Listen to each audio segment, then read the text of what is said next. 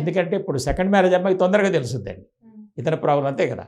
ఇప్పుడు ఫస్ట్ అమ్మాయి కొంచెం తెలియడానికి టైం పట్టుద్ది, మరి సెకండ్ మ్యారేజ్ అమ్మాయికి ఈయన సెక్స్ ఎలా పోతున్న సంగతి ఇమ్మీడియట్గా గమనించేస్తుంది. నిజంగానే ఈ ఈ సమస్య ఉన్న వాళ్ళకి ఫిజికల్గా ప్రాబ్లమ్స్ ఉంటుంది ఆ టైంలో ఉంటుందండి. ఓకే, అంతకు ముందే ఉంటుందండి, వాళ్ళకి తెలుసండి, వాళ్ళకి తెలుస్తుంది. నేను చాలామంది యొక్క స్కిజోఫ్రీనియా బైపోలర్ వాళ్ళు నా దగ్గరికి కౌన్సిలింగ్ వచ్చినప్పుడు కన్సల్టేషన్లో ఫస్ట్ అడుగుతామండి, మీకు ఫీలింగ్స్ వస్తున్నాయా అంటే రావట్లేదని చెప్తారండి. కానీ ఈ సంగతి వాళ్ళ పేరెంట్స్కి తెలియదండి, డిస్కస్ చేయరు కాబట్టి అవేర్నెస్. అట్లనే ఒక అమ్మాయి అండి, ఆమె పాపం 5-6 years స్కిజోఫ్రీనియాతో బాధపడుతుంది. వీళ్ళైనా బైపాస్ చేసి పెళ్లి చేశారు. ఇప్పుడు హస్బెండ్ మరి ఫస్ట్ నైట్ టచ్ చేస్తుంటే అమ్మాయి కోపం వచ్చేసి దూరంగా వెళ్ళిపోతుంది. అప్పుడు ఆటోమేటిక్గా మరి వాళ్ళకి అర్థమైపోయింది కదా.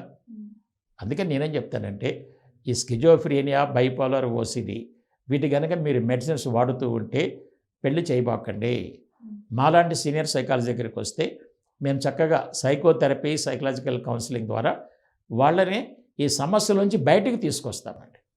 ఇక్కడ మెయిన్గా తెలుసుకోవాల్సింది ఏంటంటే ఇప్పుడు స్కిజోఫ్రీనియా, బైపోలర్, ఓసిడికి మెడిసిన్స్ వాడుతున్నారు, వాటి వల్ల సిమ్టమ్స్ కంట్రోల్లో ఉంటాయి కానీ ప్రాబ్లమ్ సాల్వ్